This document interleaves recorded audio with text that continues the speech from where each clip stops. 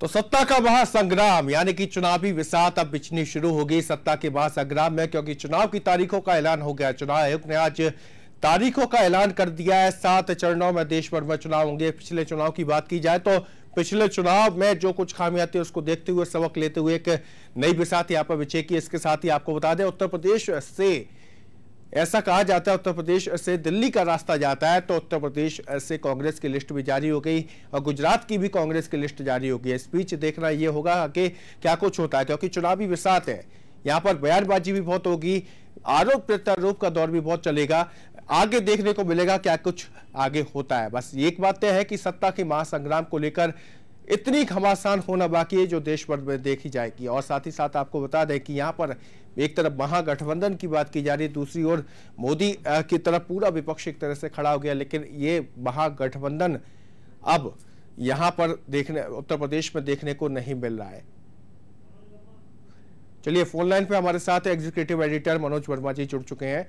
मनोज जी, सत्ता का महासंग्राम यहाँ पर हो गया है और पीसी भी हो गई है आज, तो क्या कुछ निकल के आया इस पीसी में? 7 चरणों में हालांकि चुनाव होने हैं। मध्य प्रदेश की क्या हाल है? देखिए, मध्य प्रदेश में 4 चरणों में चुनाव होना है। इसके अलावा उत्तर प्रदेश, माफ कीजिए, छत्तीसगढ़ में 3 चरणों में चुनाव होना है। छत्तीसगढ़ में पिछली बार बीजेपी ने 11 में से 10 सीटें जीती। मध्य प्रदेश में 29 में से 27 सीटें जीती थी और 1 सीट वो झाबुआ बाई इलेक्शन में हार गए थे। तो यानी कुल मिला के अभी की स्थिति में 26 सीटें बीजेपी के पास है। राजस्थान की बात करें तो बीजेपी ने 25 की 25 लोकसभा जीते थी। 2 सीटें बाद में उपचुनाव में कांग्रेस ने जीत ली थी। तो यानी जो कुल मिलाकर 65 सीटें थी, उनमें से बीजेपी के पास 62 सीटें थी। अभी तीनों राज्यों में विधानसभा चुनाव में बीजेपी हार चुकी है, तो बीजेपी के सामने चुनौती बड़ी है जी। इसके साथ ही 4 चरणों में मध्य प्रदेश में चुनाव होना है। पिछले चुनाव की अपेक्षा 8 करोड़ से ज्यादा वोटर बढ़ चुके हैं। 1 करोड़ 80 लाख वोटर ऐसे हैं जो 18 से 19 साल के बीच के, यानी कि वो पहली बार वोट करेंगे जी। मनोज जी, अगर बात की जाए तो 7 चरणों में देश भर में चुनाव है, मध्य प्रदेश में 4 चरणों में चुनाव है। अभी तक क्या निकल के सामने आ पाया, किस सीट पे कहाँ, कब, कैसे, किस तारीख को चुनाव होने हैं? देखिए, सारी उन्होंने चरण वाइज घोषणा कर दी है। अभी धीरे धीरे जैसे जैसे वो अपडेट करेंगे, क्योंकि पहले उन्होंने यही कहा है कि पहले चरण में इतनी सीटें होंगी, दूसरे में इतनी, तीसरे में इतनी। विस्तृत जानकारी अभी कुछ देर बाद हमको जब मिलना शुरू होगी तो हम हमारे दर्शकों को बता दें। लेकिन सबसे बड़ी बात यह है कि इस चुनाव में कुछ सारे ऐसे फैक्टर रहेंगे जो पिछले चुनाव में प्रभावी थे। बात करें हमको 5 राज्यों की, जो 5 राज्यों में अगर जिनका भी परफॉर्मेंस अच्छा होगा वो दिल्ली में सत्ता पर बैठेगा। बात करें हम उत्तर प्रदेश की, जहाँ पे 80 सीटें थी, एनडीए ने 73 सीटें जीती थी। बिहार की बात करें, जहाँ पे यूपीए से, माफ कीजिए, एनडीए अलग होकर लड़ा था नीतीश कुमार से, और नतीजा हुआ था कि नीतीश और लालू यादव को भारी नुकसान हुआ था। इस बार बिहार में महागठबंधन की बात हो रही है। नीतीश कुमार वापस बीजेपी के साथ है, लालू यादव, जीतन राम मांझी, रामविलास पासवान भी बीजेपी के पास है, लेकिन बाकी सारे लोग एक महागठबंधन बनाए हुए हैं। उत्तर प्रदेश की बात करें, वहाँ त्रिकोणीय मुकाबला था पिछली बार की, बसपा, सपा, कांग्रेस। बसपा अलग लड़ी थी, सपा कांग्रेस मिलकर लड़े थे, और बीजेपी और छोटे दल के साथ मिले थे, अपना दल और कई दल थे। लेकिन इस बार बीजेपी अपने छोटे दलों के साथ चुनाव मैदान में, सपा और बसपा ने गठबंधन कर लिया है। कांग्रेस के साथ दोस्ताना मैच की बात हो रही है कि 2 सीटों पर उन्होंने छोड़ दी थी, अमेठी और रायबरेली, लेकिन कांग्रेस ने अपने उम्मीदवार, लगभग 1 दर्जन उम्मीदवार घोषित कर दिए हैं। माना जा रहा था कि प्रियंका गांधी लोकसभा चुनाव लड़ेंगी, लेकिन ऐसा अभी देखने को आया नहीं, क्योंकि रायबरेली और अमेठी से राहुल गांधी और सोनिया गांधी मैदान में हैं। बात करें तीसरे बड़े राज्य की, महाराष्ट्र की, वहाँ पर भी पहले पूरे लगभग 4.5 साल तक शिवसेना और बीजेपी में खटपट चलती रही। पहले विधानसभा चुनाव को लेके, बाद में नगरीय निकाय चुनाव को लेके, फिर कभी भी लगा कि गठबंधन टूट जाएगा। एक समय ऐसा आया कि शिवसेना अकेले लड़ने को तैयार थी। अब जाके स्थिति ये बनी है कि बीजेपी और शिवसेना का वहाँ गठबंधन हो गया है। जो दूसरे गठबंधन की बात हो रही है कि एनसीपी और कांग्रेस की, क्या वो साथ जाएंगे, क्योंकि 48 लोकसभा सीटें। चौथा एक बड़ा राज्य है वो है पश्चिम बंगाल। मोदी लहर में भी बीजेपी को वहाँ 2 सीटें मिली थी। बीजेपी को उम्मीद है कि जो उत्तर प्रदेश में उनको संभावित नुकसान हो सकता है, उसकी भरपाई वो पश्चिम बंगाल से कर सकते हैं। और एक बड़ा राज्य जो है दक्षिण भारत में, जब बीजेपी के लिए अभी तक एंट्री नहीं थी, कर्नाटक को अगर हम छोड़ दें तो तमिलनाडु में 2 बड़े खिलाड़ी जो थे पूरी राजनीति के, एआईएडीएम की जयललिता और डीएमके के माफ कीजिए, करुणानिधि। दोनों बड़े नेताओं का पिछले साल निधन हो चुका है। बीजेपी ने अन्ना द्रमुक के साथ हाथ मिलाया है, डीएमके और कांग्रेस साथ जा रही लड़ने। डीएमके को पिछले चुनाव में एक भी सीट नहीं मिली थी। तो ये 5 बड़े राज्य हैं कि जहां पर जो पार्टी जितना बेहतर करेगी वहाँ हो सकता है पार्टी या गठबंधन, अगर हम बात करें कि वो यूपीए हो चाहे एनडीए हो, उसके लिए दिल्ली का रास्ता सरल हो जाएगा। मनोज जी, अगर बात की जाए, चुनाव आयुक्त जब प्रेस कॉन्फ्रेंस कर रहे थे, उन्होंने 2 चीज़ों पर विशेष जोर दिया, एक सोशल मीडिया पर और दूसरा एक एप्लीकेशन लॉन्च करने की बात कही है। एप्लीकेशन पर कोई भी शिकायत कर सकता है जो जब आचार संहिता का उल्लंघन हो। इसके साथ ही सोशल मीडिया पर कड़ी निगरानी रखने की बात की गई। देखिए, सबसे पहले जब विवाद शुरू हुआ था कि जब अमेरिका में राष्ट्रपति पद का चुनाव हुआ था, जब ट्रंप जीते थे तो सीधे आरोप लगे थे कि रूस ने हैकिंग की है। बाद में फेसबुक पे खबरें आई कि फेसबुक ने यूजर्स का डाटा शेयर कर दिया है और उसके आधार पर कैंपेन किया गया। देश में भी इसको लेकर बहस छिड़ी, बात हुई कि सोशल मीडिया को कंट्रोल किया जाए, खासतौर से जो फेक न्यूज़ है या वोटर को प्रभावित कर सकते हैं। पिछले दिनों हमने देखा कि जो संसदीय समिति है विधान सदस्यों की, उन्होंने फेसबुक के फाउंडर को तलब किया। इसके अलावा फेसबुक के अलावा उन्होंने सोशल मीडिया का जो सबसे बड़ा प्लेटफॉर्म है व्हाट्सएप, उसके सीईओ को तलब किया। इसके अलावा उनको चेतावनी दी गई कि वो कंटेंट पर निगरानी रखेंगे। दोनों बड़ी जो सोशल मीडिया के बड़े प्लेटफॉर्म है, फेसबुक और माफ कीजिए व्हाट्सएप, तो दोनों के सीईओ ने उस तरह में प्रयास शुरू भी कर दिया है। हालांकि वो कितना सफल होगा, लेकिन चुनाव आयोग ने साफ कर दिया है कि वो सख्ती से निगरानी रखी जाएगी। जहां तक ऐप की बात है, तो विधानसभा चुनाव में भी इसका उपयोग हुआ था और चुनाव आयोग ने सख्ती से इसका पालन कराया था और यही कारण था कि आचार संहिता के बड़े पैमाने पर मामले दर्ज किए गए थे और कार्रवाई की गई थी। तीसरी एक बड़ी बात है कि क्योंकि अभी चुनाव की घोषणा हो गई है और परीक्षाओं का और त्योहारों का सीजन है, तो पहले ही कलेक्टरों ने घोषणा कर दी थी कि 144 लागू कर दिए कि बारातों में डीजे नहीं बजेगा, कुछ कार्रवाई भी हुई है। अब जबकि पॉलिटिकल पार्टियों के लिए साफ कह दिया गया है कि रात में 10 बजे से सुबह 6 बजे तक वो माइक का उपयोग नहीं करेंगे। कमोबेश ऐसे ही निर्देश कलेक्टरों ने जारी किए हैं। तो कुल मिला के कि जो एक बात चुनाव आयोग ने कही थी कि हमने परीक्षा और त्योहारों का पूरा ध्यान रखा है। अभी हाई स्कूल की एग्जाम चल रहे हैं, हायर सेकेंडरी के एग्जाम शुरू हो चुके हैं, सीबीएसई के एग्जाम चल रहे हैं, होली आने वाली है, धुलेंडी आने वाली है। ये 2 ऐसे त्यौहार हैं जो लोगों से जुड़े हुए हैं। तो माना जा रहा है कि पूरी तरह से तालमेल बिठाया जाएगा, लेकिन बड़ी चुनौती पुलिस के सामने होगी कि त्यौहार भी आराम से मने, चुनाव आयोग की जो निर्देश है उनका भी पूरी तरीके से पालन हो और आम जनता को किसी तरह की परेशानी ना हो। जी मनोज जी, अगर बात कर दी जाए तीनों राज्यों की बात करें, मध्य प्रदेश की, राजस्थान की, छत्तीसगढ़ की, हाल ही में चुनाव हुए थे विधानसभा, जहां पर कांग्रेस का परचम लहराए। मध्य प्रदेश में खासकर अगर बात की जाए तो कांग्रेस कुछ ही सीटें आगे है, पूर्ण बहुमत नहीं है। तो कांग्रेस को एक तरह से कहा जाए कि हमेशा बीजेपी के नेता ये कहते नजर आते हैं कि बस लोकसभा हो जाने तो मध्य प्रदेश में भी बीजेपी की सरकार होगी। देखिए, उसमें तो अभी कहना भविष्य के गर्भ में है, क्योंकि बीजेपी जिस स्थिति में और कांग्रेस, बीजेपी को सरकार बनानी है तो उनको पूरे चारों निर्दलीय, 2 सपा और 1 बसपा, 7 का उनको सहयोग चाहिएगा, जब वो 116 का मैजिक आंकड़ा छू पाएंगे। लेकिन अगर लोकसभा की अगर हम बात करें तो ज्योतिरादित्य सिंधिया को बड़ी जिम्मेदारी मिली उत्तर प्रदेश में, उनको आधी सीटों की जिम्मेदारी दी गई 80 में से। चुनाव जो पूरा लड़ा था पिछला विधानसभा, कमलनाथ के नेतृत्व में लड़ा गया था। अभी वो मुख्यमंत्री भी और साथ साथ वो प्रदेश अध्यक्ष की कमान भी संभाले हैं। लोकसभा चुनाव में लगभग कांग्रेस 1 दर्जन सीटों पे बढ़त पर थी, यानी कि अगर वो इस प्रदर्शन को दोहरा पाती है तो बीजेपी से कम से कम 9 सीटें छीन लेगी। लेकिन इसको उनको क्योंकि इसको दोहराना अलग होगा, विधानसभा के चुनाव के मुद्दे अलग होते हैं, लोकसभा के मुद्दे अलग होते हैं। इस बार हम देख रहे हैं कि जो 4-5 बड़े मुद्दे हैं, कि अगर हम विधानसभा के पहले से बात करें तो राहुल गांधी लगातार राफेल विमानों के डील को लेकर मुद्दा बनाए हुए हैं, लगातार वो मोदी को कटघरे में खड़ा कर रहे हैं और लगातार वो कह रहे हैं कि चौकीदार ही चोर है। बीजेपी की बात करें तो पिछले दिनों जो पुलवामा का अटैक हुआ था 14 फरवरी को, इसके बाद जो एयर स्ट्राइक हुई है, उसके बाद से बीजेपी इस एयर स्ट्राइक को बनाने में लगी हुई है। इसके अलावा जो राफेल का मुद्दा है, पाकिस्तान को लेकर जो मुद्दा है, वो सारे ऐसे मुद्दे होंगे जो चुनाव में कहीं ना कहीं रंग दिखाएंगे। कांग्रेस के पास एक बड़ी चीज है कि वो कहने के लिए तैयार है, उनके पास ये है कि जो उन्होंने वचन पत्र में वादे किए थे 75 से ज्यादा पूरे कर दिए, खासतौर से किसान कर्ज माफी की जो बात है। हालांकि बीजेपी उसको लगातार झुठलाती रही है। कल भी हमने देखा कि उन्होंने पूरे मध्य प्रदेश में धरना प्रदर्शन दिए, कानून व्यवस्था की स्थिति को उन्होंने मुद्दा बनाया।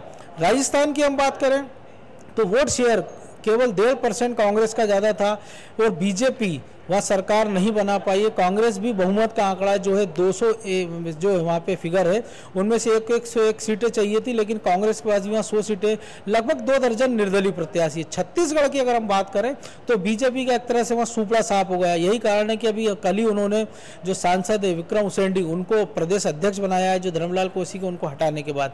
मध्य प्रदेश में भी हमने देखा कि प्रदेश अध्यक्ष वही है, लेकिन नेता प्रतिपक्ष की कमान गोपाल भार्गव को दी गई है। बात राजस्थान की भी करें अगर हम, तो राजस्थान में भी हमने देखा है कि जो पिछली बार का प्रदर्शन है बीजेपी को दोहराने के लिए बड़ी चुनौती रहेगी। 25 की 25 सीटें जीती थी, और जैसा हमने पहले बताया था कि अजमेर और अलवर वो दोनों सीटें वो उपचुनाव में हार गए थे। ऐसे में क्योंकि मोदी मैजिक अगर चलता है तो तीनों ये बड़े राज्य भी बीजेपी के लिए किसी बड़ी चुनौती से कम नहीं होंगे, क्योंकि हाल ही में 2 महीने पहले वो चुनाव हारे हैं, कार्यकर्ता थोड़ा सा डिमोरलाइज हैं। अब अगर मोदी की सभा जब शुरू हुई थी, हमने देखा कि अभी जब आचार संहिता के पहले कि वो मध्य प्रदेश में भी आया, उन्होंने धार में रैली की, होशंगाबाद में रैली होना थी लेकिन पुलवामा हमले के बाद स्थगित कर दी गई थी, राजस्थान में रैली की, छत्तीसगढ़ में की। उसके बाद अब जो कैंपेन शुरू होगा उसके मुद्दे क्या होंगे, क्योंकि जो पिछली बार थे अच्छे दिन आएंगे, अब जो एक नए नारे के साथ बीजेपी ने जो हमने देखा कि कैंपेन जो खासतौर से शुरू हुआ था कि मोदी है तो मुमकिन है, तो लोग उस पर कितना भरोसा करते हैं, राहुल गांधी की बातों पर कितना भरोसा करते हैं, यूपीए का कुनबा कितना बड़ा हो पाएगा, एनडीए में नए सहयोगी जुड़ते हैं, ये जो पुराने सहयोगी निकल के जा रहे हैं उनको वो जोड़े रखते हैं, इन सब चीजों पे इस लोकसभा का पूरा सीन दिखेगा। जी मनोज जी, अगर बात की जाए तो नया कैंपेन स्टार्ट कर दिया, मोदी है तो मुमकिन है, लेकिन इससे पहले अगर बात की जाए पहले के चुनाव की, तो आचार संहिता जब लागू नहीं थी उससे पहले ही मोदी लहर दिखने लगी थी। आचार संहिता के बाद लहर प्रचंड हो गई थी और बाद में परिणाम भी ये निकल के आया कि एक तरफा एनडीए सरकार बना गई है, लेकिन इस बार वो लहर पहले जैसी तो बिल्कुल दिखाई नहीं देती। देखिए पिछली बार ये था कि जो यूपीए दूसरा जो कार्यकाल था यूपीए का, एक केक की रिपोर्ट हो, अन्ना हजारे का आंदोलन हो, उसमें जुटी भीड़ हो, खास तौर से करप्शन एक बड़ा मुद्दा देश में बन गया था, चाहे वो कोल घोटाला हो, चाहे वो दूरसंचार का हो, 2G हो, 4G हो, इस तरीके कई सारे स्कीम निकल कर आए। युवाओं में आक्रोश बढ़ा, बीजेपी ने उसको अपने पक्ष में बनाया, और जो मोदी की एक छवि थी कि मर्द मोदी वाली छवि, उसको उन्होंने आगे बनाया, आगे आए वो, और बीजेपी और संघ परिवार जुटा, और एक तरह से उस लहर के सहारे बीजेपी ने 30 साल बाद इस देश में किसी पॉलिटिकल पार्टी को पूर्ण बहुमत मिला। विपक्षी चाहे कह सकते हैं कि बीजेपी को 50% वोट भी नहीं मिला, उनको महज 33% वोट इस देश भर में मिले, लेकिन हम अगर आज़ादी के बाद से इन सारे चुनाव की बात करें तो किसी भी राजनीतिक दल को आज तक 50% से ज़्यादा वोट नहीं मिले हैं, चाहे वो इंदिरा गांधी की हत्या के समय वो 1984 का चुनाव हो, चाहे 2014 का चुनाव है। जहाँ तक मोदी लहर की बात है तो अभी जो नए वोटर बने हैं बीजेपी की नज़र उन्हीं पर है। लगभग 1 करोड़ 80 लाख ऐसे वोटर हैं 8 करोड़ में से जो पहली बार वोट डालेंगे, यानी 18 से 19 साल के। एग्जाम वॉरियर मोदी ने किताब निकाली, मन की बातों में उन्होंने लगातार फोकस किया, महिलाओं को उन्होंने फोकस किया, खासतौर से जो उज्ज्वला कनेक्शन बांटे गए जिसके बारे में 5 करोड़ कनेक्शन दिए गए गैस से, और ये कहा गया कि महिलाओं को धुएं से निजात मिलेगी। बाद में संख्या 8 करोड़ टारगेट किया गया। इसके अलावा जो सौभाग्य लक्ष्मी स्कीम लाए कि हर घर में रोशनी की एक बात हुई थी। तो ऐसे जो नए मुद्दे इसके साथ वो कैंपेन मुझे लगता जाएंगे। और एक सबसे बड़ा जो मुद्दा था जो पहले हम लगातार देख रहे थे कि हफ्ते 15 दिन पहले से कि जब पुलवामा के पहले से कि राफेल की बात हो रही थी, अच्छे दिनों की बात हो रही थी, और सबसे बड़ी एक चीज निकल कर आ रही थी कि बेरोजगारी एक बड़ा मुद्दा बन रही थी। माना जा रहा था कि पिछले 43 साल में बेरोजगारी की दर हिंदुस्तान में सबसे ज्यादा है। तो ये मुद्दे जब खड़े होने ही लगे थे कि पुलवामा अटैक हुआ और भारत सरकार वायुसेना ने एयर स्ट्राइक किया, घोषणा हुई, उसके बाद से देखा हमने कि एकदम से माहौल चेंज हो गया।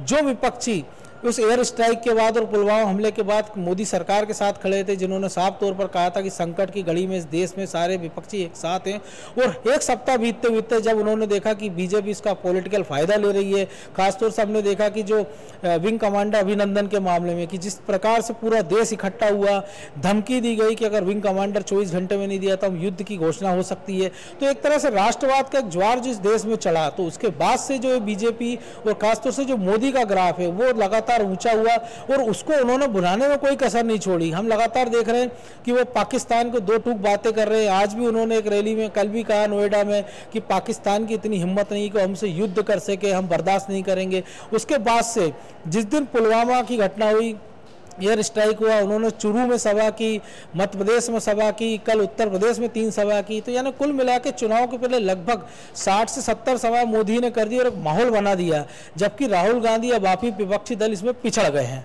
जी मनोज जी, 2014 की बात है जब बीजेपी आई थी तो कुछ ना कुछ मुद्दे ऐसे लेके आई थी जिनके खिलाफ देश भर में आक्रोश देखने को मिला था। उसके बाद उसका फायदा भी मिला है, जैसे कि धारा 370 की बात हो, चाहे राम मंदिर मुद्दे की बात हो, ये सब 3 तलाक हो जी, 3 तलाक है, 3 तलाक है, 3 तलाक उन्होंने पूरा करके दिखाया। इसके लेकिन कुछ चीजें जो बाकी रह गई हैं, ये ऐसे मुद्दे हैं, संवेदनशील मुद्दे हैं जिन पर बीजेपी का पहले कुछ और रुख था, अब कुछ और रुख है। देखिए, हमने पहले भी देखा कि जब बीजेपी 84 से इस मुद्दे को उठाया था, जब बीजेपी की संख्या लोकसभा सिमट कर 2 रह गई थी जी। इसके बाद से तीनों मंदिरों की बात होने लगी थी कि मथुरा, काशी और अयोध्या की जी। पिछले चुनाव में लगातार बीजेपी की ओर से कहा गया कि अगर हम सरकार में आएंगे तो मंदिर बनाएंगे। पहले हमने देखा कि अटल जी 3 बार प्रधानमंत्री रहे किस्तों में, तब ये कहा गया कि पूर्ण बहुमत नहीं है, सहयोगी दलों की सरकार है। 2014 में पूरा बहुमत मिला तो ये कहा गया कि राज्यसभा में बहुमत नहीं है। अब चूंकि लोकसभा चुनाव सर पर हैं, मुद्दा ये कोर्ट में है। 2 दिन पहले ही सुप्रीम कोर्ट ने मध्यस्थ नियुक्त कर दिए 3, और सुप्रीम कोर्ट का भी जो कहना है कि जो इतिहास में जो कुछ हुआ हम उसको बदल नहीं सकते, लेकिन हम चाह रहे हैं कि एक मौका मिले मध्यस्थता के सहारे। कल जो संघ की अखिल भारतीय प्रतिनिधि सभा की बैठक हुई थी और आज भी जो बैठक चल रही है ग्वालियर में, उसमें भी संघ की ओर से साफ तौर पर कह दिया गया कि मंदिर निर्माण से कुछ पे कम बे समझौता नहीं होगा। तो इसका मतलब साफ है कि बीजेपी लगातार इस मुद्दे को जिंदा रखना चाहती है, चाहे वो धारा 356 हो, समान नागरिक संहिता हो या राम मंदिर की बात हो। इसके इतर भी कई सारे मुद्दे हमने देखे कि उन्होंने ऐसे इश्यू है, जैसे 54(3) की एक ही बात है कि जो धारा घाटी में 370 लगाने में सहयोगी है, अगर उस पर कोई डिसीजन आ जाता है तो धारा 370 हट जाएगी, और जिसके लिए बीजेपी लगातार मांग करती रही है। तो पहले जो बीजेपी जो इश्यू उठाती थी वो ये कहती थी कि हम सरकार में आएंगे तो हम इनको हल कर देंगे। वही बीजेपी अब ये सारे जितने संवेदनशील मुद्दे, चाहे वो राम मंदिर हो, धारा 370 हो, समान नागरिक संहिता, वो कोर्ट के पाले में डाल दिए उन्होंने। योगी आदित्यनाथ जो उत्तर प्रदेश के मुख्यमंत्री, उन्होंने भी कहा कि अगर मध्यस्थता से राम मंदिर का हल निकलता तो वो खुशी होगी उनको।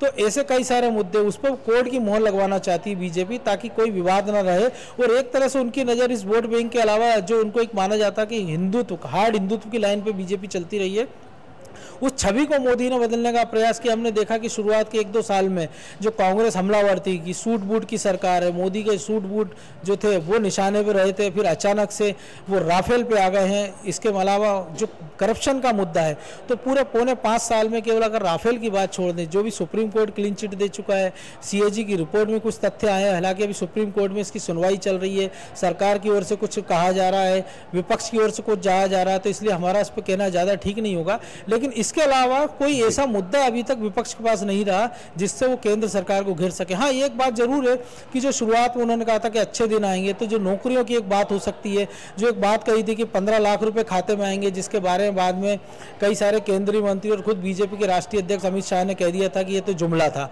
तो ऐसे कई सारे जुमले, लेकिन अभी जैसे हमने देखा कि मोदी है तो मुमकिन है, अब की बार मोदी सरकार, ऐसे नए कैंपेन के साथ बीजेपी चुनाव में जा रही है। लेकिन कांग्रेस की ओर से, जो कि सबसे बड़ा दल है, जो उन्होंने सबसे ज़्यादा सत्ता में रहे, ठीक है कि पिछले चुनाव वो 44 सीटों पर सिमट गए थे, लेकिन इसके बावजूद भी पूरे देश में उनकी स्वीकार्यता, लेकिन वो कोई ऐसा नारा नहीं ला पाए हैं। पहले सूट बूट की सरकार, और अभी हाल केवल जो नारा चल रहा है कि चौकीदार ही चोर है, खासतौर से राफेल की बात। तो इसके अलावा कोई ऐसा इशू निकल कर सामने आया जिससे वो पब्लिक को कनेक्ट कर सकती है अपने साथ, और एक तरह से मोदी के खिलाफ एक कैंपेन शुरू कर सकती थी। जी, चलिए मनोज जी, शुक्रिया तमाम जानकारी को आपने साझा किया, आपका बहुत बहुत शुक्रिया। तो सीधे रुख करेंगे न्यूज रूम की ओर, जहां पर हमारे विशेष संवाददाता आशीष मंगल सोनी जुड़े हुए हैं। आशीष, अगर बात की जाए तो शंखनाद हो गया लोकसभा चुनाव का, 7 चरणों में देश भर में चुनाव होंगे, इसके साथ ही मध्य प्रदेश में 4 चरणों में चुनाव होने हैं। निश्चित रूप से सचिन, मध्य प्रदेश में 4 चरणों में चुनाव होगा। लोकसभा चुनाव का ये शंखनाद है, तारीखों का ऐलान हो चुका है और आदर्श आचरण संहिता लागू हो चुकी है। मध्य प्रदेश में जिस तरीके से तारीखों का ऐलान किया है, इसमें अलग अलग चरणों में अलग अलग सीटों पर चुनाव होंगे। इस बात करें खास तौर पर जिस तरीके से निर्वाचन आयोग ने आज पत्रकार वार्ता की और उसमें बिल्कुल साफ कर दिया है कि इस पूरे ही चुनाव में जो सबसे ज़्यादा अहम बात है कि वो हर मतदान केंद्र पर वीवीपैट का मशीन का उपयोग किया जाएगा। इसके अलावा 10 लाख मतदान केंद्र होंगे। पिछले 2014 की बात करें तो उस समय 9 लाख मतदान केंद्र थे, इस बार 1 लाख मतदान केंद्र बढ़ाए गए हैं। परीक्षा जो स्कूली छात्र छात्राओं की परीक्षा है वो और त्योहारों की तारीख को ध्यान में रखते हुए यहाँ पर चुनावी तारीखों का ऐलान किया गया है। और इस पूरे ही चुनाव के दौरान तकरीबन 8 करोड़ 40 लाख वोटर्स जो हैं उनके नाम सामने आए हैं, नए जुड़े हुए हैं। 1.5 करोड़ से ज़्यादा, तकरीबन कुछ ज़्यादा मतदाता ऐसे हैं जो 18 से 19 साल के हैं। तो कुल मिलाकर सचिन, यहाँ पर चुनाव आयोग ने पूरी तैयारी कर रखी है। चुनाव की तारीखों का ऐलान किया जा चुका है। पूरे देश भर के साथ जम्मू कश्मीर की विधानसभा के लिए भी यहाँ पर चुनाव होंगे।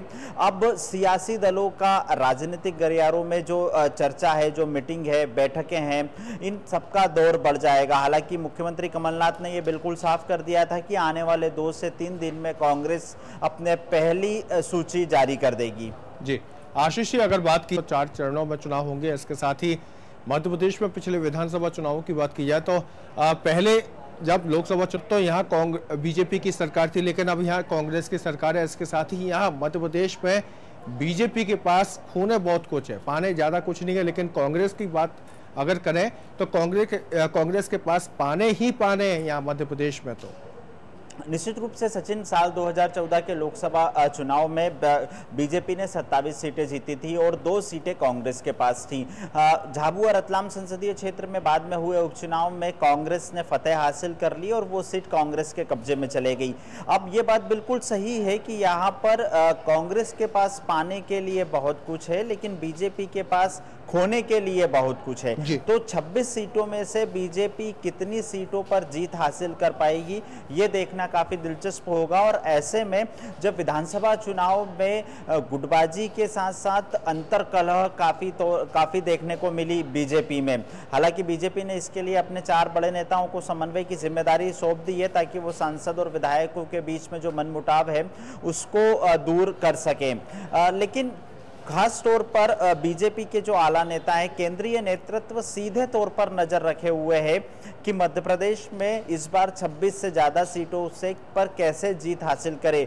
वो 3 सीटें जो लंबे अरसे से कांग्रेस के कब्जे में हैं, बीजेपी उन सीटों को जीतने की कोशिश कर रही है और सीधे कार्यकर्ता जो हैं बीजेपी के, उनको संदेश दिया जा रहा है कि नरेंद्र मोदी को फिर से प्रधानमंत्री बनने के लिए प्राणपण से जुटना है। तो अब देखना है कि बीजेपी की ये तमाम मेहनत कितनी रंग लाती है, या फिर कांग्रेस 3 से बढ़कर और ज्यादा लोकसभा सीटें मध्य प्रदेश में हासिल कर सकती है। बिल्कुल आशीष, अगर बात की जाए पूरे देश भर में 7 चरणों में चुनाव है। यहाँ पर 7 चरणों में चुनाव है। इसके साथ ही मध्य प्रदेश में 4 चरणों में चुनाव है। कुछ राज्य ऐसे हैं, 3 राज्यों को अभी तक निकल कर सामने आ पाया है कि जहां 7 चरणों में चुनाव होने हैं।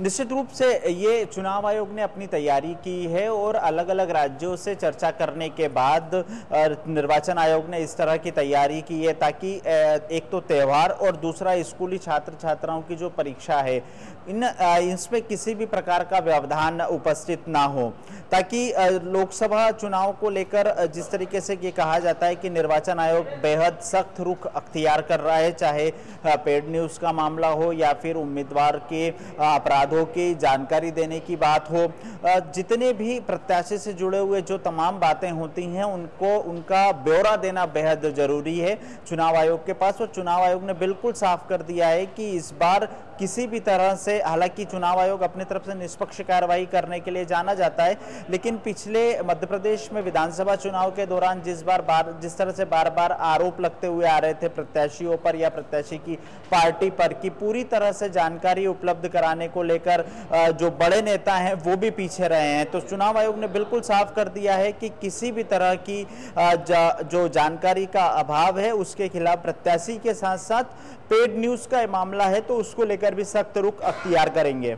जी आशीष, अगर बात की जाए सोशल मीडिया को लेकर भी चुनाव आयोग का काफी मुखर तौर पर दिखा है। पिछले अगर चुनाव की बात की जाए तो सोशल मीडिया पर खूब प्रचार प्रसार हुआ था, लेकिन इस बार निगरानी के इंतजाम की बात कर रहा है चुनाव आयोग। निश्चित रूप से सचिन, चुनाव आयोग जिस तरीके से विज्ञापन उसमें अपलोड करते हैं तो इन तमाम बातों को लेकर एक सख्त रुख अख्तियार किया जाएगा और सोशल मीडिया पर जो कुछ भी आप पोस्ट करेंगे उस पर इलेक्शन कमीशन की पूरी तरह से नज़र होगी। मतलब मतदान के 48 घंटे पहले प्रचार तो थम जाता है, लेकिन फिर भी सोशल मीडिया के जरिए प्रचार होता है। और सोशल मीडिया एक ऐसा माध्यम है सचिन जो आज हर mobile phone phone, android phone के जरिए देश के ज़्यादातर युवा इस्तेमाल कर रहे हैं। तो यहाँ पर इसलिए ज़रूरी था कि चुनाव आयोग पोस्ट करने के प्रचार के जो कंटेंट हैं उसको लेकर खास तौर पर ध्यान रखें। जी आशीष, अगर बात की जाए सोशल मीडिया की बात हो गई, वहीं दूसरी ओर एक बात और निकल के सामने आ पा रही है कि यहाँ पर एक तरह से प्रचार के तौर पर कई चीज़ें होती है जो भ्रामक होती हैं। जैसे कि विधानसभा चुनाव में हमने देखा है तो वचन पत्र, माफ कीजिएगा, घोषणा पत्र की बात आती है तो चुनाव आयोग ने एक आदेश जारी कर दिया था कि एक कॉपी हमारे पास होगी और वो चीज़ें कहिए जो आप पूरी कर सको। तो इस बार क्या यहाँ पर भी ऐसा ही देखने को मिल रहा है? देखिए, निर्वाचन आयोग ने जो आदेश जारी किए थे, निर्वाचन आयोग उस पर तमाम राजनीतिक दलों से अक्षरशः पालन करवाता है।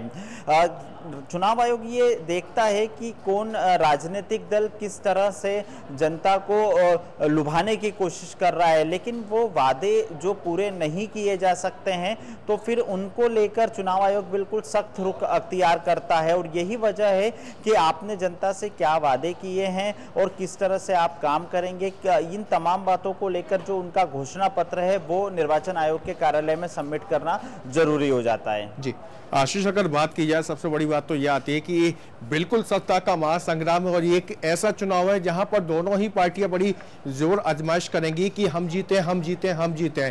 और सबसे बड़ी बात यह कि यहाँ महागठबंधन भी देखने को मिल रहा है। महागठबंधन उत्तर प्रदेश में तो देखने को नहीं मिल रहा, लेकिन बाकी सभी जगह महागठबंधन की तस्वीरें देखने को मिली। चाहे बात की जाए कर्नाटक में जब कांग्रेस की सरकार बनी थी तो वहां पर भी तस्वीर देखने को मिलती महागठबंधन की, चाहे मध्य प्रदेश में बात की जाए, राजस्थान में बात की जाए या फिर छत्तीसगढ़ में बात की जाए, तो जहां जहां विधानसभा चुनाव हुए वहां पर महागठबंधन की तस्वीर देखने को मिली। वहीं पश्चिम बंगाल की बात की जाए तो यहाँ भी महागठबंधन की तस्वीर देखने को मिली। लेकिन उत्तर प्रदेश में बात आती है तो उत्तर प्रदेश में महागठबंधन नहीं हो पाता है। एक तरफ तो मायावती अखिलेश का गठबंधन हो जाता है, वहीं 2 सीटें केवल और केवल कांग्रेस के लिए छोड़ी जाती हैं। इसके बाद कांग्रेस अपनी लिस्ट जारी करती है और 11 उम्मीदवार उत्तर प्रदेश में उतारती है और इसके साथ ही 4 उम्मीदवारों को नाम की घोषणा करती है गुजरात के। तो महागठबंधन की तस्वीर भी कितनी कारगर साबित होगी वो तो आने वाले दिनों में पता चल जाएगी। लेकिन एक बात तय है कि इस चुनाव में एक चीज तो देखी जाएगी, मोदी वर्सेज ऑल। निश्चित रूप से सचिन, सत्ता से हटाने के लिए तमाम विपक्ष जो होते हैं वो एकजुट हो जाते हैं।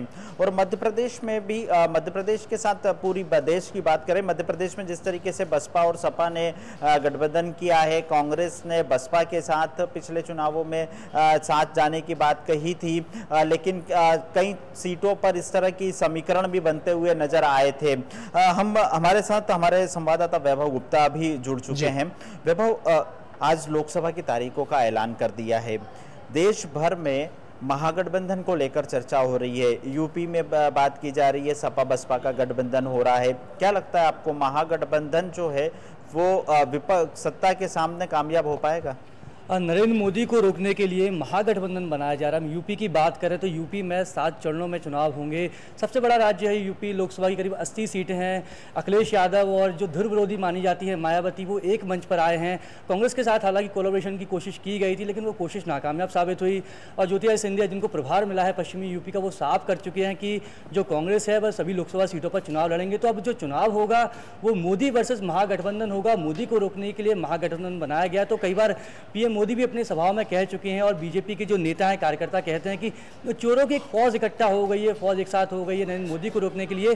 तो 2014 के जो लोकसभा चुनाव थे तब नरेंद्र मोदी के लिए एक लहर चल रही थी, लेकिन इस बार ना तो मोदी की लहर है ना कोई लहर है। तो जो चुनाव होंगे वो प्रत्याशी के चेहरे पर लड़े जाएंगे और जिस तरह से काम की बात की गई थी तो आपको सबूत देना होगा, आपको बताना होगा कि आपने क्या काम किया और क्या नहीं किया है। मैं बताना चाहूँगा कि इस बार जो मतदाता है, करीब 8 करोड़ से ज़्यादा मतदाता इस बार लोकसभा के जो चुनाव में हिस्सा लेंगे। इसमें करीब 1 करोड़ 60 लाख नौकरी पेशा है और करीब 1.5 करोड़ युवा वोटर्स हैं। ये जो युवा वोटर्स हैं, नौकरी पेशा वोटरों को साधने के लिए बीजेपी ने कई तरह की योजनाएं चलाई, स्किल डेवलपमेंट चलाया। तो जो टैक्स स्लैब का जो होती है इसमें छूट की राहत दी गई, तो आकर्षित करने की कोशिश की गई। लेकिन अब लोकसभा चुनाव है, लोकसभा चुनाव में मोदी साहब ने पिछले बार जो बातें कही थी, जो वादे किए थे, क्या वो पूरे हुए? अगर वो पूरे हुए होंगे तभी शायद जनता मोदी के साथ जाएगी, क्योंकि इस बार किसी तरह की कोई लहर नहीं है। आशीष, वैभव, एक बार और हमारे दर्शकों को ये बता दीजिए कि मध्य प्रदेश में पूरे देश भर में कितने चरणों में चुनाव हैं, कब, कहां पर, किस किस राज्यों में किन किन सीटों पर मतदान होंगे? 11 अप्रैल को 51 सीटें हैं 20 राज्यों की, वहाँ पर मतदान किया जाएगा। 7 चरणों में पूरे देश भर में मतदान होगा। जो दूसरा चरण रहेगा वो 18 अप्रैल से शुरू होगा। 57 सीटों पर चुनाव किए जाएंगे, 13 राज्यों में मतदान होगा। जो तीसरा चरण रहेगा 23 अप्रैल को उस मतदान होंगे। असम और छत्तीसगढ़ की करीब 115 सीटों पर 14 राज्यों में मतदान किया जाएगा। जो चौथा चरण है वो झारखंड का होगा, 29 अप्रैल का रहेगा। मध्य प्रदेश, महाराष्ट्र समेत 71 सीटों की 9 राज्यों में वहाँ पर मतदान किया जाएगा। 5वें चरण की शुरुआत 6 मई को होगी, 51 सीट 7 राज्य। जो छठवां चरण होगा वो 12 मई को होगा, 59 सीटें होंगी, 7 राज्यों में मतदान किया जाएगा। और जो अंतिम चरण रहेगा लोकसभा चुनाव का वो 19 मई रहेगा, 59 सीटें रहेंगी और 8 राज्यों पर चुनाव मतदान उस दिन किए जाएंगे। जी भाई आशीष, अगर बात की जाए तो जैसा कि 7 चरणों में चुनाव यहाँ पर निश्चित तो हो गए हैं, और दूसरी बात ये भी कि जैसा वैभव ने कहा कि आपने क्या काम किया है वो आपको दिखाना होगा। पिछली बार की चुनाव की बात की जाए, मोदी लहर भयंकर तौर पर दिख रही थी। आचार संहिता से पहले मोदी लहर दिखना शुरू हो गई थी, लेकिन इस बार एक नारा तो लग रहा है मोदी है तो मुमकिन है, लेकिन वो लहर कहीं से कहीं तक ज्यादा तौर पर दिखाई नहीं दे रही। ये बात सही है सचिन कि साल 2014 का जो चुनाव था वो आम व्यक्ति पर आधारित था, और 2019 के लोकसभा चुनाव के बीच में जनता केंद्र सरकार से जवाब भी मांग रही है कि आखिर उसने अब तक 4.5 साल 5 साल में क्या किया है। अलग अलग मुद्दों पर सियासत के गलियारों में सबूत मांगने का काम किया जा रहा है, और अब जनता भी सबूत मांग रही है कि आपने हमारे लिए क्या किया। अब 2019 का जो लोकसभा चुनाव है, क्योंकि पिछले दिनों जिस तरीके से सियासत चल रही थी वैभव, किसान आधारित चुनाव हो गया है। लोग चाहे राजनीतिक दल हो, ये तमाम राजनीतिक दल किसानों के मुद्दे को लेकर सबसे ज्यादा जनता के बीच में जा रहे हैं। क्या लगता है आपको कि इस 2019 के लोकसभा चुनाव की जो सत्ता का सिंहासन होगा उसकी इबारत किसान लिखेगा? बिल्कुल, किसानों के वोट बैंक के माध्यम से ही सरकार बनेगी, चाहे वो कांग्रेस की हो चाहे वो बीजेपी की हो। हमने देखा कि मोदी सरकार ने किसान सम्मान योजना के माध्यम से 2000 रुपये किसानों के खाते में पहुंचाने की बात की, 6000 रुपये की राशि रहेगी। इसके साथ ही मध्य प्रदेश, राजस्थान और छत्तीसगढ़ में कर्ज माफ़ी की बात की थी राहुल गांधी ने। सीएम कमलनाथ ने भी जो कर्ज माफ़ी की जो 2 लाख रुपये की जो पहली किस्त होती है वो पहुँचाने की शुरुआत कर दी। सत्ता का सेमीफाइनल था मध्य प्रदेश, छत्तीसगढ़ और राजस्थान के चुनाव, जहाँ पर कांग्रेस ने बाजी मारी। अब जब सत्ता का फाइनल है, लोकसभा चुनाव है, विश्व के सबसे बड़ा चुनाव होता है, सबसे ज्यादा वोटर लोकसभा चुनाव में हिस्सा लेते हैं होता है, तो बेहद दिलचस्प हो जाए किस तरह से राहुल गांधी ने जब पार्टी की कमान संभाल ली है। प्रियंका गांधी के बारे में भी कहा जा रहा था कि पार्टी में उनको महत्वपूर्ण पद दिया जाए, तो प्रियंका गांधी के पास भी महत्वपूर्ण पद है, राहुल गांधी भी एक बेहद महत्वपूर्ण भूमिका में है। और अब मोदी को रोकने की जिस तरह से कोशिश की गई है, महागठबंधन भी बनाया गया है, राहुल गांधी भी एक्टिव मोड में है, उनके जितने भी बड़े नेता हैं उन्होंने कहा है कि अब चुनाव प्रचार कीजिए। राफेल विवाद पर भी हमने देखा कि किस तरह से हवा बनाई गई। राहुल गांधी जब भी मध्य प्रदेश आए तो उन्होंने सीधे मोदी सरकार को घेरा, बीजेपी सरकार को मध्य प्रदेश के वो बचाते हुए नजर आए। सीधे सीधे उनका जो निशाना था मोदी था, और वो चाहते हैं कि जो लोकसभा चुनाव होंगे जिसकी शुरुआत हो चुकी है, 23 मई को परिणाम आ जाएंगे, तो अब मोदी वर्सेस राहुल ये चुनाव हुआ और जनता को तय करना पड़ेगा कि आखिरकार किस आधार पर वो वोट देगी, क्योंकि लहर नहीं है। स्थानीय जो प्रत्याशी रहेगा उसके चयन के आधार पर वोट दिए जाएंगे। तो मध्य प्रदेश में जो रहेगा वो 4 चरणों में चुनाव होंगे। 6 मई को भी चुनाव होगा, 12 मई को भी इलेक्शन होंगे, तो 4 चरणों में चुनाव होंगे। सीट पहले चरण में 6 सीटें रहेंगी, फिर 7 रहेंगी, उसके बाद फिर 8 सीटें रहेंगी, और जो अंतिम चरण होगा वहाँ पर भी 8 सीटों के लिए मतदान किए जाएंगे। तो अब बेहद दिलचस्प हो गया है मध्य प्रदेश के साथ ही पूरी देश की सियासत के लिए कि मोदी को रोकने के लिए जो महागठबंधन बना है वो क्या सफल हो पाता है, या फिर मोदी ने जिस तरह से एयर स्ट्राइक की है, जिस तरह से सेना के वर्चस्व को बढ़ा के रखा, सेना का जो श्रेय होता है, चाहे अभिनंदन की वापसी हो, उन सभी चीज़ों को जोड़कर, और साथ ही किस तरह से युवा वोटर्स को मोदी लुभा पाते हैं, क्योंकि जो कहना था वो कह चुके। अब बारी जनता की, अब जनता किस तरह से जवाब देगी, ईवीएम में किस तरह से और किस जो बटन होता है किस बटन को दबाएगी, अब जनता को जवाब देना है। राहुल गांधी भी बहुत सारी बातें कह चुके हैं, पीएम मोदी भी सब कुछ कह चुके हैं जो उन्हें कहना था, और अब जवाब देने का जो वक्त है वो जनता के पास, और जनता बहुत अच्छा जवाब देगी। बिल्कुल बिल्कुल, जो कहना था तो वो कह दिया, अब कहने की बारी जनता की है। चलिए अब दिखाते हैं आपको सबसे पहले कि क्या कुछ मुख्य बातें रही हैं चुनाव आयोग ने जो आज घोषणा की है, उसकी मुख्य बातें बताते हैं। सबसे पहले उम्मीदवार की फोटो भी होगी, और चुनाव आचार संहिता आज से अभी से ही लागू हो गई है। रात 10 बजे के बाद नहीं होगा प्रचार, और सुबह रात 10 बजे से सुबह 6 बजे तक लाउड स्पीकर पर बैन लगा है।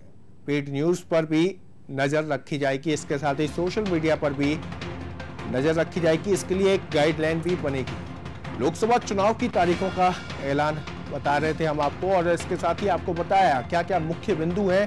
7 चरणों में चुनाव होंगे लोकसभा के, और पहला चरण 11 अप्रैल को है। वहीं दूसरे चरण की बात की जाए तो 18 अप्रैल को है। 18 अप्रैल के बाद अगर तीसरे चरण की बात की जाए तो 23 अप्रैल को ये तीसरा चरण है, और चौथे चरण में की बात की जाए तो 29 अप्रैल को है। पांचवा चरण 25 मई, माफ कीजिएगा 6 मई को है, और छठा चरण 12 मई को है, और 7वें चरण की बात की जाए तो 19 मई को है। पहले चरण में 91 सीटों पर वोटिंग होनी है, दूसरे चरण में 97 सीटों पर वोटिंग होनी है, और तीसरे चरण में 115 सीटों पर वोटिंग है। चौथे चरण की बात की जाए तो 71 सीटों पर वोटिंग होगी। इसके बाद बताएं पांचवें में बात की जाए तो 51 सीटों पर वोटिंग होनी है। छठे चरण की बात की जाए तो 59 सीटों पर वोटिंग होगी, और 7वें चरण में भी 59 सीटों पर वोटिंग होगी। एमपी में 4 चरणों में चुनाव है। पिछली बार एक ही चरण में चुनाव था। इसके साथ ही छत्तीसगढ़ में 3 चरणों में चुनाव है।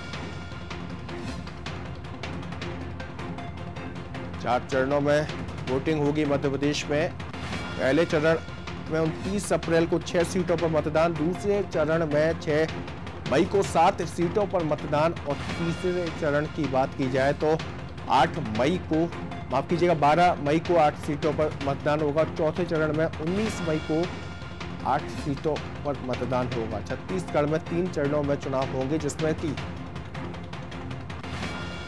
11 अप्रैल को 1 सीट पर मतदान होगा। इसके साथ 18 अप्रैल को 3 सीटों पर दूसरे चरण का मतदान, 23 अप्रैल को 7 सीटों पर चुनाव होगा।